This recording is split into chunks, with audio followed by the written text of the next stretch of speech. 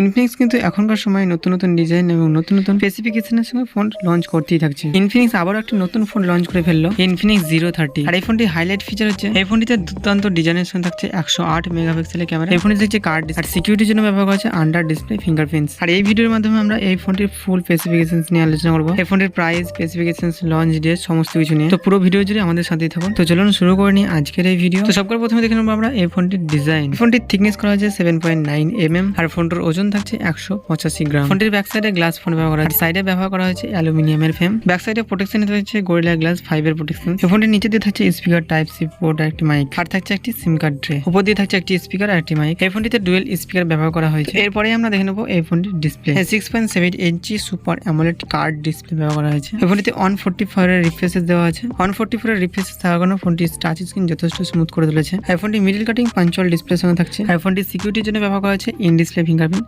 এই ফিঙ্গারপ্রিন্ট যথেষ্ট ফাস্ট। ফোনটির রেগুলেশন হচ্ছে 1080x2400 পিক্সেল। আর প্রোটেকশন হিসেবে ব্যবহার করা হয়েছে গরিলা গ্লাস 5 এর প্রোটেকশন। তো এবারে দেখে নেবো আমরা এই ফোনটির পারফরমেন্স। অপারেটিং সিস্টেম হিসেবে পেয়ে যাবেন অ্যান্ড্রয়েড 13 XOS 13। এই ফোনটিতে চিপসেট ব্যবহার করা হয়েছে মিডিয়াটেক ডাইমেনসিটি 8200 6 ন্যানোমিটারের সাথে। এর সিপিইউ হচ্ছে অক্টোকোরা 4x2.6 GHz আর জিপিইউ হচ্ছে মালেজি 77 MC9। তো এরপর আমরা দেখে নেবো এই ফোনটির র্যাম এবং রোম। এই ফোনটি দুটি ভেরিয়েন্টের সঙ্গে থাকছে 8GB RAM 256GB স্টোরেজ আর হচ্ছে 12GB RAM 256GB স্টোরেজ। এই ফোনটির স্টোরেজ টাইপ হচ্ছে 3.1। PUBG, free fire, call of duty high graphics গেমগুলো আপনি স্মুথলি প্লে করতে পারবেন। তেমন কোনো হিটিং, ল্যাগ আর ফ্রেম ড্রপ আপনি দেখতে পাবেন না ফোনটির মধ্যে। এই ফোনটিতে 144 এর রিফ্রেশ থাকার গেমিং এক্সপিরিয়েন্স আরো ভালো করে তুলবে। তো এরপর দেখে নেবো আমরা এই ফোনটির ক্যামেরা। তো এই ফোনটিতে ক্যামেরা কোয়ালিটি বেশ ঠিকঠাকই দেওয়া আছে। এই ফোনটিতে প্রাইমারি লেন্স ব্যবহার করা হয়েছে 108 মেগাপিক্সেলের ওআইএস সাপোর্টের সঙ্গে আর 13 মেগাপিক্সেলের ব্যবহার করা হচ্ছে আলট্রা ওয়াইড ক্যামেরা আর থাকছে 2 মেগাপিক্সেলের ডেপথ সেন্সর। এই ফোনটিতে আপনি ভিডিও শুট করতে পারেন 4K 30fps 60fps আর 1080p 30fps 60fps। ফোনটি 15 মেগাপিক্সেলের সিঙ্গেল ক্যামেরা ব্যবহার করা হয়েছে আর ফ্রন্ট ক্যামেরাতে আপনি ভিডিও শুট করতে পারেন 4K 30fps 60fps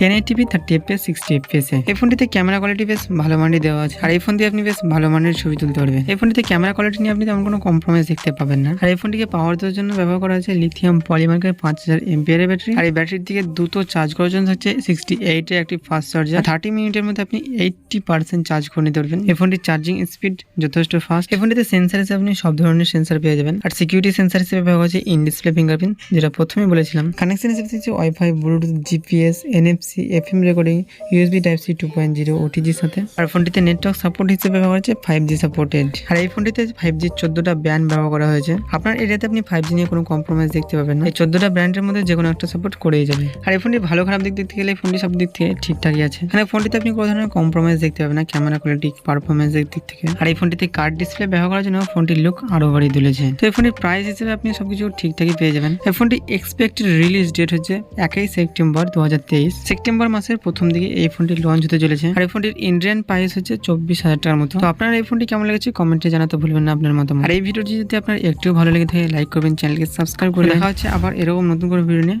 সকলে ভালো থাকবেন।